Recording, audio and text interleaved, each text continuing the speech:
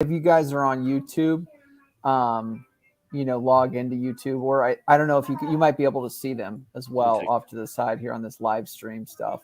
Let me take a So, look. Yeah. anyways, welcome in everyone. Please do like the stream as you come in. We're going to go for a goal of 100 likes. Like the stream if you want us to beat Everton. How about that? Like the stream if you want us to get all 3 points at Everton. That'll be a very difficult matchup. But yeah, just welcome in. There's 3 people already. If you like it, it'll just start to kick on the YouTube network. But let's read Martin's. Martin had a comment already. I think to say he, as in Jesse Marsh, will come back to Leeds. Bring Dan James, Tyler Roberts, Helder Costa home. Come on. May you live in interesting times, and it's been very interesting times for Leeds United. Let me welcome in Brendan Paniker. Brendan did an awesome podcast for we talked about Ellen Road with Michael.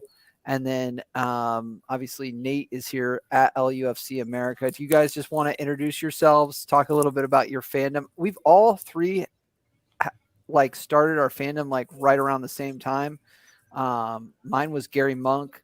Nate went to Leeds for college, as well as I know Brendan found Leeds around the same time. So just go ahead and introduce yourselves. Go for it, Nate. Yeah, happy to be here. Was blessed to stumble into Leeds when the Bielsa era started, so I am more fortunate than most Leeds fans in what I've had to endure. Even though these last couple of weeks have been tough, I've had it very nice these last couple of years. It's been a really, really fun ride, and it's been instrumental in me kind of rediscovering my love for the game. It's been such a fun ride, and I know, like I said, times are tough, but I'm here for it. I'm here to ride it out. Yeah, I somewhat similar, a little bit later in the Bielsa era, right around very end of 2019, very early 2020. So the really good year, the first place winning the championship trophy year. I was in soccer a little bit, or football a little bit back in the day, more so MLS because Toronto has a team. And I kind of fell out of it. Tried to get into the Premier League during university. And funny enough, I think I said this, Alex, when I was on for the first time with you. The first team I cheered for, because I asked a couple buddies who would be good to watch, somebody that's not good, but not terrible, to try to get into it, like a mid-tier team. And Everton was the one I landed on for half a season. And luckily that did not last, especially considering how big this Saturday is against Everton at Goodison. But when I met my now wife, her dad, huge Leeds fan, he was trying to get me into them, and it took a little while, but he finally cracked me down. And the cement block was when the 49ers really got into it with them, and the football connection on both sides. It was meant to be, and I'm hooked now. I'm absolutely hooked. That's awesome. You just once this club, the club picks you, I guess. You don't pick the club. That's how I always have felt like it. I'm from the Midwest, like Nate. It just reminds me of a team that I grew up watching, which was the Royals, and the grind that they had to get to 2015 it was just you know what, I'm going to pick this team even though they're in the championship and roll with it. So anyways, lot has broken. We're in a group chat now on Twitter with Michael and Gier. And I found obviously Brendan through Michael, and I think you guys were doing Toronto Maple Leads. There's a group there. And then Nate found you on Twitter as well. And so let's just dig into it. It's been a wild. I haven't been able to stream, so there are now 11 people. Please go ahead and like it. I'm going to have a goal of 100 likes. And I'm just super busy. So when I see dopamine hits of likes and stuff, it keeps me going, keeps this channel going. So look, it's been wild. Jesse obviously got clipped. Deservedly so. He sacked himself. That's how I view it. 4 wins, two since August. You kind of got to go. He had some tough luck games, but it's just the way it is. It's the Premier League. What do you guys think of the search thus far?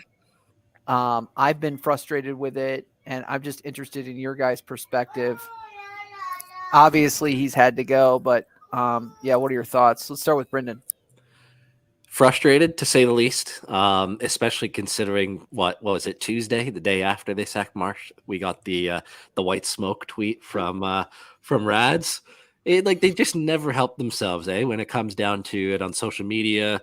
The whole Bamba Dieng thing back during the first transfer window, and the social media usage there. Videos of Victor Orta after the Bournemouth comeback where he was mocking the fans and saying, sack the board, sack the board. So they're not a very likable bunch at this current moment in time, unfortunately. I mean, look, they definitely overestimated who they could get in and lure away from a job that somebody already had. Like all four of the top candidates were currently employed and in work. And I feel they may have overestimated, hey, come to Leeds. We're in 17th. You need to keep us up, all that kind of stuff. And it's not going to be enough to lure anybody away, especially when you look at the candidates, right? Like Corberan just gets to West Brom and he's having boatloads of success with them and got them from right around the championship relegation zone and has brought them back up on the fringes of the playoffs. So just an incredible turnaround by him. And I mean, everybody else just seems so unrealistic to come in and with what? We have 17 games left. And yeah, sure, that's still plenty of time to get a couple wins on the board and start moving away and distancing yourselves from the bottom three. But you drop a couple of those and you're right down there until the end of the year and need to scrape like last year. So they've bungled it. Yeah, I mean, Brendan, you're mid-career, probably like me. I mean, Nate, I feel like you're a little younger, but like as we get older, like we hear like things like succession plans and like, what if the executive director gets hit by the bus? We all kind of like laugh. But, how did they not see this panning out? Like, okay, well, if Chesney fails here, who's the list of candidates that we can get? Well, if they're employed, like, what are the steps to get them out of their jobs? And then like, well, what if we can't get those employees? Who's the list of unemployed managers that have experience that we could bring in? Like, to not see the chess moves is just mind boggling to me in any profession, in any organization. And for them not to be there, it's like, and Michael has somebody called Deep Throat. I call, things get leaked to Michael on this and stuff. And, there was starting to be rumors on Twitter and other places that there was some division amongst the ranks and the board. And I said, well, Rads is probably checked out. He's probably selling the team. So, Kinnear and Orta are kind of left to fend for themselves and there's not a lot of communication. I'll finally stop with just saying the 49ers are busy. Like the NFL season doesn't stop. Like it's free agent. They're getting ready for free agency, the draft. They have to, like, the NFL's calendars is 12 months, even though the season's short. But what do you think, Nate? What's your take on this search so far?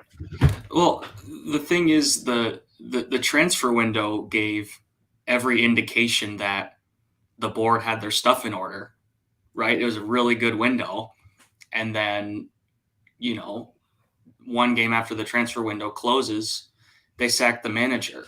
Now, if that was, they should have known that would have been on the table, because if it was on the table before the World Cup, they would have started this manager search. They wouldn't have held this off until after the World Cup, after the transfer window. Like if they had any sense of planning or organization, this would have been in motion over a month ago. So it's a really confusing time because, like I said, you have this disorganization with the manager search, but yet we had such a strong transfer window. It's almost, you can almost see the powers that be butting heads between Rads and the 49ers. It's really frustrating from a fan's perspective, at least. Go ahead, Brendan. Do you have anything to add? No, that sums it up pretty well. I mean, it is just mind-boggling that you can screw it up this bad, to be perfectly honest. And look, it might work out. You never know. It's just so much to gamble on giving it to Skubes and Gallardo and Armas for the next couple of weeks, especially these next two games. I know at this point, even if they went ahead and tried to appoint somebody and get somebody in Tuesday, Wednesday, that's not a lot of time to prepare for a match. So it's probably going to be Skubes anyways for this week. But I mean, let's see. A couple of people were saying yesterday on Twitter that after the announcement was made that it was going to be him and the other two in charge for Everton. And likely Southampton and beyond is, you know what, they played so well last week, Wednesday, when we did the space and talked about it. It's like they just look looser. They play with more wit. And I couldn't help but think, you know what, if you play like that again against a more inferior team like Everton and Southampton, you probably win that game more often than not. So maybe we need to take a pulse check and see what it's like after this Saturday or the Saturday after, probably just after this Saturday, because if they were to somehow bungle it, and I don't even want to think about what the reaction on Twitter would be if they get nothing from Saturday, because that drops you into the bottom three, another game that you lose, another winnable one. But taking a pulse check after, if you win 2-1, look really good, 2-0, then maybe it doesn't end up being so bad and they made the right call. But yeah, somebody in the comments was saying how Bielsa covered up the board's incompetence for 4 years. And I've seen that more and more the last couple of days, and there's no truer statement than that. Yeah, they recruited Bielsa. That's their biggest win, and they just haven't been able to like really recover from that. I mean, what are your thoughts on, obviously, when you heard Jesse being touted at Southampton? He accepted the job, I guess, on verbal terms, and then it fell through today. What was your kind of take on that whole Jesse Marsh saga the past 24, 48 hours? Go ahead, Brendan.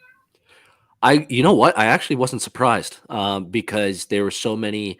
There's a couple articles in the past of how Southampton admired him for a couple of years, kind of similar to how the board liked Jesse Marsh for a couple of years and lined him up to replace Bielsa.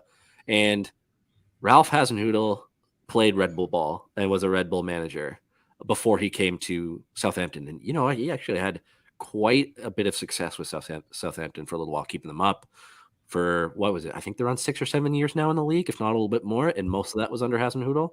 So it feels like Marsh could have slid in there and kind of revived what they were doing under Hasenhüttl, because clearly it got a lot worse under Nathan Jones, and now he's gone. So I actually, now that I think about it, I know there was a lot of excitement for Marsh to come back with Southampton next Saturday to Ellen Road.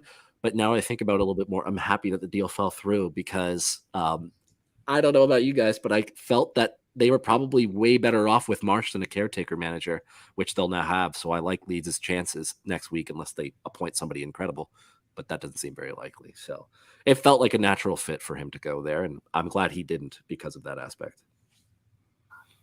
Yeah, I think the doom merchants were out, that we were going to get, you know, they were going to come in here and take points or take a win off of us at Ellen Road.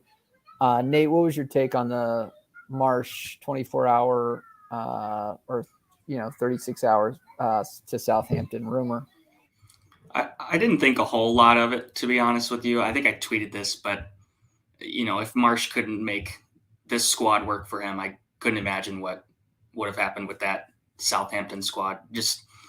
I just don't see it. I wouldn't have cared either way. I will say, you know, you can say a lot of things about Jesse Marsh, but he's a competitor. He's a former player, and he would have brought absolutely everything to that match next weekend. So I do feel a little bit better in that sense, but overall wasn't super phased either way.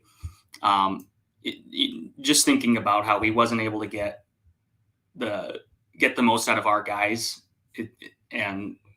it says so much about the, you know, we tied this to the board making a gamble of not having a manager. Part of that gamble is our squad. You look at our squad compared to those around us, it's a joke. It's a joke that we're here in the first place. And so that is the only thing you could credit the board for this decision, is that, yes, we don't have a manager, but we are willing to gamble on our guys being better than all the teams around us. You could go as high as like Crystal Palace. There's an argument there that our squad is better than their squad. You know, all the way up to 13th or 12th, like, our guys are good. That is a good gamble. It's not a good gamble not having a manager in place, but it is a good gamble that our guys are better than the squads around us. I completely agree with that. We have no business being here.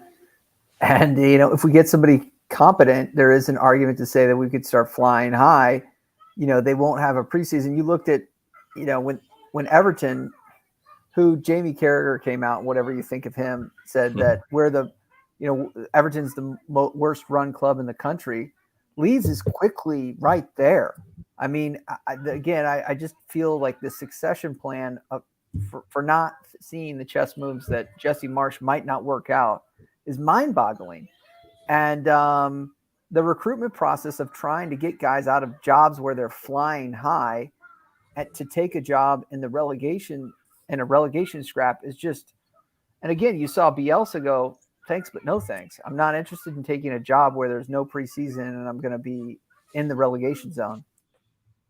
A lot of sack the board. A lot of shouts for Nuno. Michael Brown says Nuno's the best bet for Leeds. He does have a very good record in the Premiership, finishing 7th and 13th, taking over Wolves in the Europa. I mean, he was.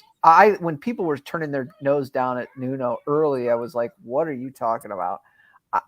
I don't know if he got a fair shake at Tottenham. He is a defensive. It's not like expansive, free flowing football like Bielsa or maybe a Bielsa underling, but he's still a solid coach and can kind of close up shop. Mike P says, difference is the transfer period has been planned for months. The manager chain was totally unplanned. Yeah, but still, you just have to have that oh crap plan. And you have to have that the whole season. We need 20 odd points, says Joe.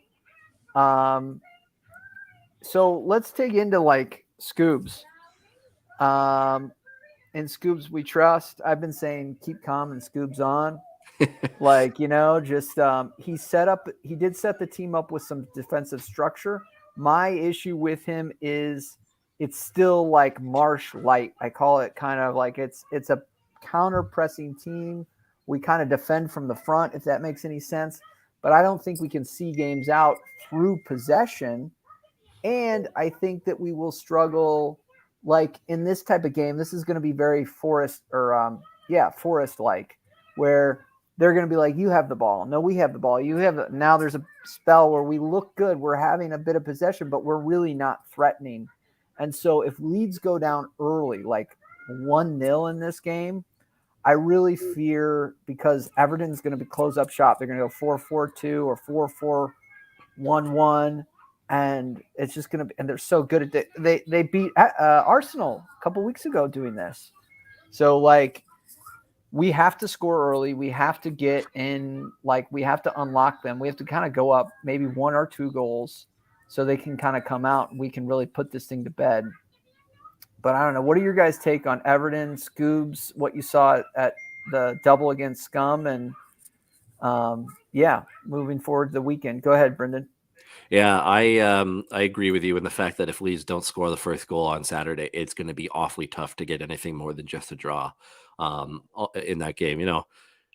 Watching Everton on Monday as best I could with the monitor over here and working as we should be during a 3 p.m. Eastern start during a midweek. From what I was able to see and look up from time to time was what Everton normally do, or Sean Dyche normally does, I should say, with Burnley for all the years, and now instilling in Everton is we're okay not having possession of the ball because we're going to maintain our defensive structure and we'll catch you on the counter or offset pieces. Sean Dyche teams have always been really good off of set pieces. So the fact that Leeds don't defend set pieces really well, and Sean Dyche's teams usually do execute on set pieces pretty well, could lead to a couple scary moments. But you're right. So many times under Marsh this year, you look back at some of the results and Leeds have gone up 1-0 and they just can't get that second goal to blow it open. Crystal Palace away comes to mind right away. You go up 1-0 early. Bamford missed the chance to go 2-0 up, and they would have won that game, I guarantee, if they went 2-0 up and they coughed that one up. There's been a couple others that are not coming up. Southampton away. They did go up 2-0, but still ended up coughing it up. So, you know what? If they do go down 1-0 to Everton, I would then not expect anything more than a draw, and that would be disappointing. But, Nate, they have to get the first goal, and if they do get the first goal, get a second really quickly, because they just have not been able to do that so far this season, and that's what's cost them so many points when it comes down to it. But when I think about it and think of the way they've played under Skubes, it just feels like there's a little bit sense of relief with the team right now, and the fact that it's like, okay, we don't have to keep on making this narrow shit work all the time. And they've played with a little more width, gotten into the box with a little more width, and I think that could work quite well against Everton, because they do not do well against width, and they do not do well against the counter either. Yeah, my biggest and most positive takeaway from the Skubes era is what we would ask of any interim coach is that we want to uninstall things from our attacking game plan, and we want to just shore up defensively. And that's what we've seen. We've looked pretty good the last two matches. We have to say that Manchester United were really good for a game and a half of those two games. They were very good. As far as playing Everton, what I would encourage you guys and anyone watching to do is to go back and watch the first match we played against Everton at Ellen Road. Man, we were poor. It was a draw. We were poor. We played horrendous. I think I tweeted. You released the back line. Mm-hmm. Yeah, go ahead. Our back line was a poor lineup. I think I saw your tweet the other day. It was terrible. It's a loss. It's a loss that is largely attributed to Jesse Marsh, really. We were so in lineup aside, the lineup was poor. But lineup aside, they were so disorganized. But from a positive standpoint, we played terrible. We got a point. Really, Everton's only threat going forward was Gordon.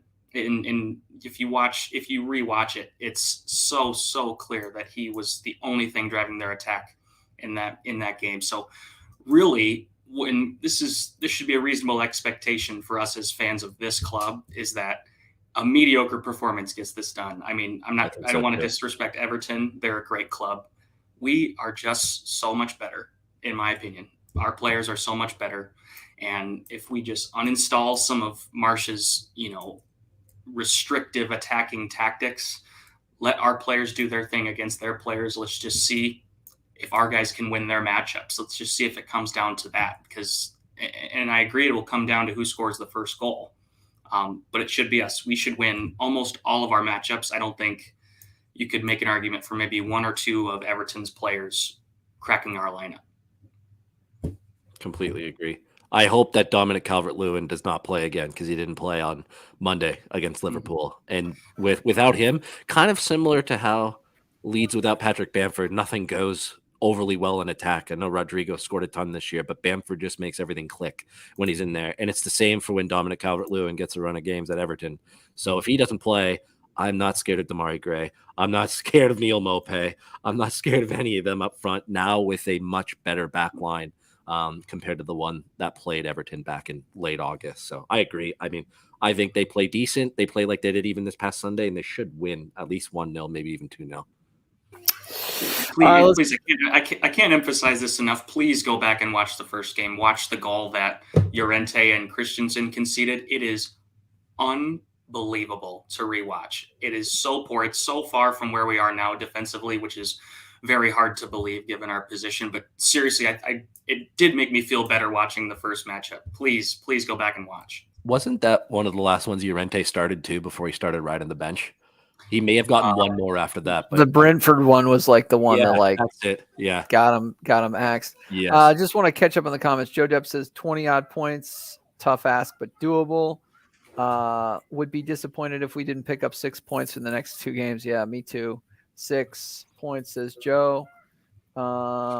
Big Mally says we must beat those around us. Yeah, the Titanic was a great ship with a great staff too. I like Darian Moore at Sheffield Wednesday. Interesting, Joe. Nuno or Rafa Benitez. I think they gotta start having somebody on call. I mean, again, I like Skubes, and keep calm and Skubes on. I'm loving them, and hopefully we can get all three. Big Sam said he could keep us up, no problem. I did see that. I saw that in an interview. He would, Mike P says last year West Ham was flying and Moyes was being lorded, but the same team plus additions, Moyes now crap. It's down to the fine margins. Absolutely. I mean, there were so many games where I think even Jesse's era could have gone different ways, but at the end of the day, it's what it is. You can't leave it up to the referees and these performances. There were some bad performances. I mean, Forrest sunk them. Tarkowski is a huge threat on set pieces. Yes, I agree. And I think they have some decent center backs. They know the system. It's very simple system what's being asked of them now. The key to Everton match is whichever team scores first will likely win the match, says Michael Brown. It will be much tougher of Leeds if they go behind. Yeah, against that low block. I want to get into Nate. I'm sensing, I don't know if you really love Paddy Bamford. And I say that with a little bit of a grin because he hasn't scored a league goal yet. So that's understandable. Do you start Jorginho Ruter and then bring on Paddy? What's your take on him? There's been times where I have been hot. Like I was hot at Forest because he just seemed to bottle some chances that were right to him.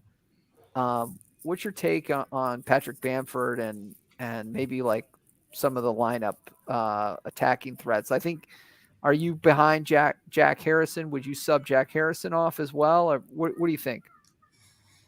Well, just quickly on Harrison, I just don't think he's a central midfielder. He just doesn't look comfortable. I mean, he's had some okay performances for me, but it's just not right. He wasn't right last match.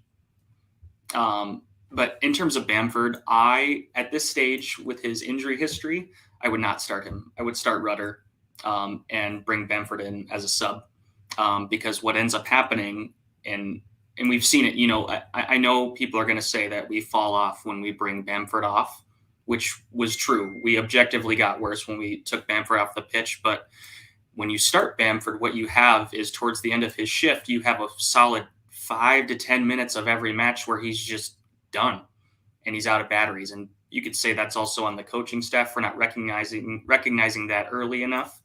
But I think on the other side of the coin, if we were to bring Bamford on late in the game, perhaps maybe when things are a little more uncertain, I do think what Bamford brings is a certain calmness. He's one of our more calmer players on the ball when he's not heading goalwards, so he can hold up play, which is a really nice sort of relaxing almost trait in a side that tends to melt under pressure in late game situations. So I see Bamford as more of an off the bench option, especially for this match especially if we find ourselves in a trailing position and we need someone to come in and calm us down and hold up the ball and bring some structure to our attack. That's where I see Bamford's value, but not as a 90-minute striker, not as a first 50, 60-minute striker. That's just my opinion. What about you, Brendan? How do you feel about Patrick Bamford in the attack? I was trying to find a tweet that I saw, I think it was last week. Even though he hasn't played very much this year, whenever he is on the pitch, he does have a ton of goal involvements and sets up the play for others. I mean, wasn't it him that set up Nanto's goal against Scum last week, Wednesday? He played a part in that. I think he got the assist. So his fitness is definitely concerning still. And whenever he goes down hard on a tackle or anything, I'm always holding my breath. I was like, damn, he's going to be out again. But luckily he's gotten back up, and fingers crossed that he's finally gotten these nagging injuries out of the way, and the surgery that he had over the World Cup break really fixed everything. I mean, it's tough because I do want to see more of Ruter because I feel he is super good, super skillful. He has, I've noticed, gotten knocked off the ball quite easily his first couple games. He hasn't really settled into the flow of things so far. So I can definitely see the argument for giving him a start. I'm just not sure if now is the time to do it with how critical these 3 points are on Saturday and next week Saturday too. Like if maybe you're a little bit higher up the table, maybe you're in 15th or 14th with a little bit of a gap, than I would. But Bamford, for me, the offense just look different. It looks like it clicks more. It's more free flowing. Even under Marsh's system, whenever Bamford was in there, they looked better. They looked more dangerous. And then without him, it was a little bit of a struggle. But it's very tough because I do want to see Ruter. I don't think Ruter is a guy who can come off the bench and have an immediate impact like Bamford could. So there is an argument both ways for sure. But I would probably stick with him for Saturday and the following Saturday and go from there and see what happens. Or you give Ruter a start in place of Jack Harrison because he's kind of like that hybrid forward who you can play in him number 9, you can play him out wide, And that just seems what Leeds go for these days in attacking players, people who can play at a 10 or anything else like that. So maybe it's a matter of taking Harrison off and giving Rutero a run there. But we'll see what the lineup is. And I would be surprised if Rutero cracks the starting lineup on Saturday. Yeah, I agree. The thing about Rutero that I like is that he's very strong-footed. Like some of his passes or even like a shot on goal, it seems like it's little effort and it's like, wow, that's very quick. Like both feet are very strong, if that makes any sense. I think that on the ball or whatever, getting bodied off the ball, he probably needs to work on some of that. I just want to catch up on some comments. Skubes will set us up well defensively. No harebrained pressing, calm and controlled on the ball, winning the ball at the back and making the pitch larger. I do agree there was some width. I like to switch between the 4-3-3 and the 4-2-4, depending on who has the ball. I like that as well. I really want to see Raka play alongside Adams and McKinney. I think that is the play that'll really protect the back line and then also hopefully transition the ball to the front line and the attacking players, and Jack and both Brendan Aronson will be on the bench. Wober is a huge upgrade. I agree with you, Jonathan Brook. Why did not we go for Neil Warnock? All right. Hey, there's 23 of you. Go ahead and smash the like. I'm going to go for 100 likes this stream. Let me know what you guys think on striker. Would you go with Rutero? I mean, it was he got his home debut against a top side in Scum. I mean, that was a tough game to start. I still think he's what we would call in the MLB, Brendan, we call it toolsy.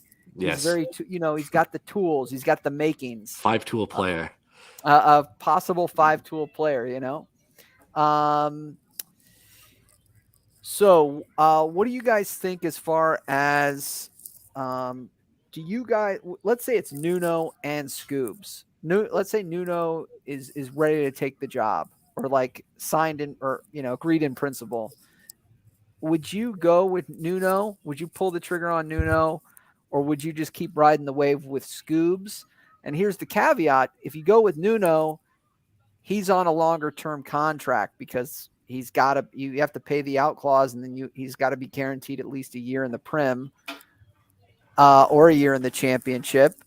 So do you go with him or do you go with a stopgap and then sign like more of a top flight manager in the summer? What are you guys feeling right now? And I'm interested in the comments, what you guys think as well. It's tough because if you bring in a new manager at this stage, there is a learning curve. Everyone talks about the new manager bounce, but no one talks about the learning curve. I mean, we saw it. We've seen it all season, really, with Marsh's system.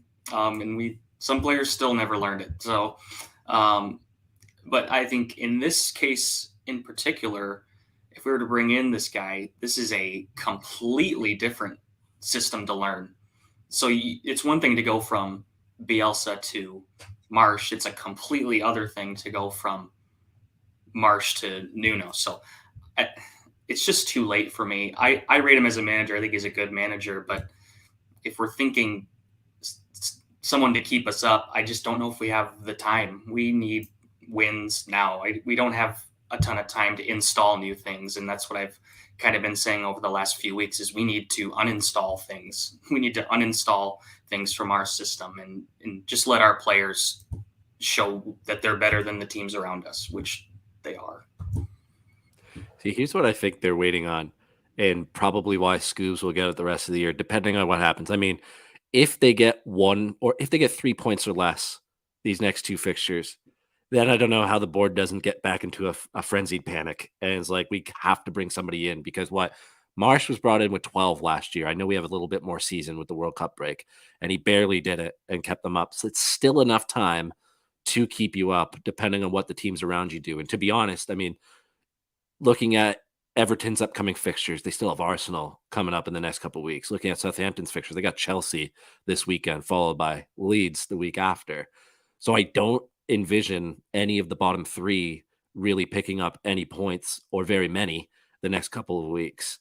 But again, The teams above you, the West Hams, the Wolves, the Leicesters, you got to keep them within striking distance, because it's one thing to be above the bottom three, but if you're above the bottom three and you're only separated by like 5 points from 18th, but you have 2 or 3 teams below you that other teams can pass over, they can drop in, then that's more valuable to me than having a like such a small gap, or being in 17th. But I mean, I'm very torn because I've liked what I've seen. I do think they're going to win on Saturday. I really, really do. And if they do, they get a good performance. They probably can win again against Southampton. And then things look really rosy because you start pulling ahead of the bottom three. Hopefully West Ham don't get anything to play Spurs on Sunday. So I don't see maybe a draw.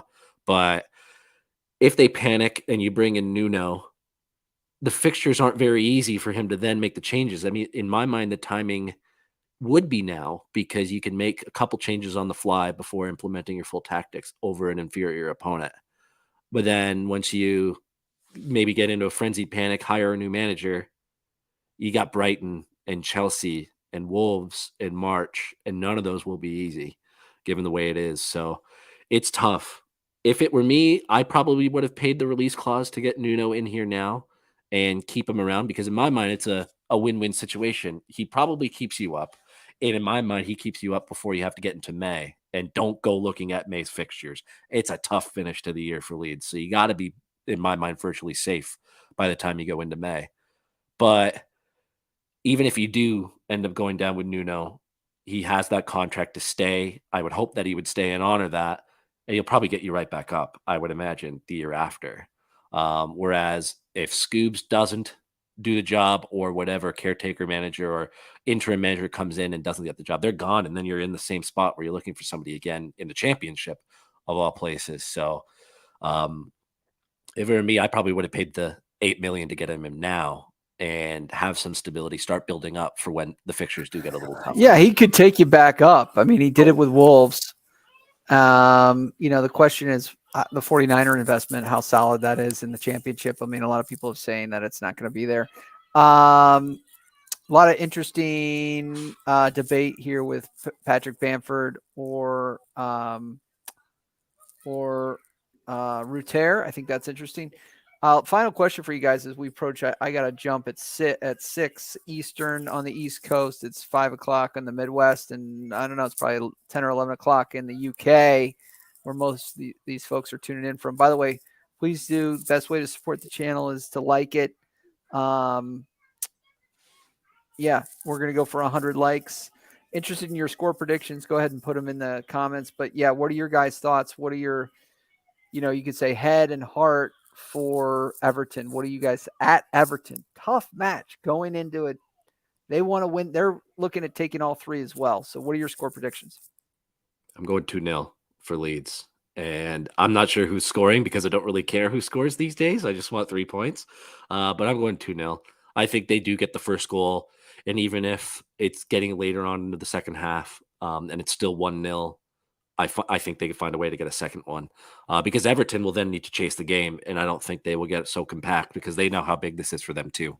So I'm going 2-0. Leeds get a goal in the first half. Probably, in my mind, my prediction would be in the first 25 minutes. You see it out pretty easily to halftime, and then go from there, and hopefully get a second goal relatively early to not make it close, but 2-0.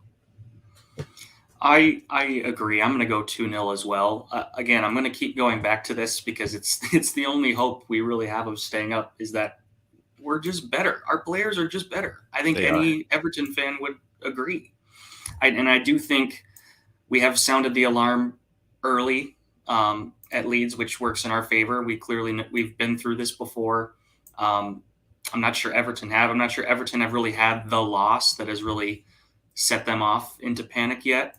Kind of quite like we did with Forest. And again, go back and watch the tape, please. It speaks for itself. I will be blown away if we lose this game. I truly will. I respect Everton. I respect what Dyche does. I just think we're too good. I don't know. Maybe that's arrogant. I don't want to sound arrogant, but that's just what I think. This would be the panic loss for Everton if they were to lose, in my mind. They will be like, what? We beat Arsenal 1-0, and then we lose to Liverpool in the Merseyside derby and lose to our next best competition for getting out of the relegation zone. So I kind of want to see Everton fans in panic on Saturday. And by the way, I don't want to sound delusionally optimistic, but so many of our players are due, right? Can someone score that isn't Somerville and Nanto? Yeah. Like, please, someone step up in the final third for the first time in I'd love to see a center back months. score. I'd love to see a header. Anybody. I'd love to see like a set piece goal.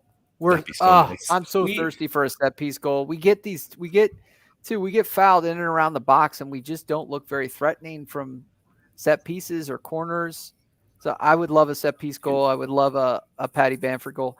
Mhm. All right, I'm going to go with a 3-1 Leeds victory. We can't keep a clean sheet, so I'm just going to say 3-1. It's head, it's hard, it's everything. We got to score first, and we need these 3 points, and let's put Everton down a little bit and start to create some separation in these teams. So, Brendan, Nate, thank you so much for joining me tonight. Please come back. Hopefully we'll do a bigger stream when everybody can have a little bit of some time together. And obviously with Nate or Ajir, who couldn't do it tonight, and Michael, who I think was available, but I just wanted to give you guys a good platform to work from. And thanks everybody for joining us. Like I said, smash the like, subscribe, comment, follow Brendan Paniker. He is at his Twitter's handle down below, as well as Nate LUFC America. He's got the bull with the LUFC logo on it now. And look, marching on together, everyone. It's going to be a good game this weekend. And, like I said, at least until the world stops going round. All right. Peace, everybody. Thanks, guys. See you guys. All right. Thanks, guys. Bye.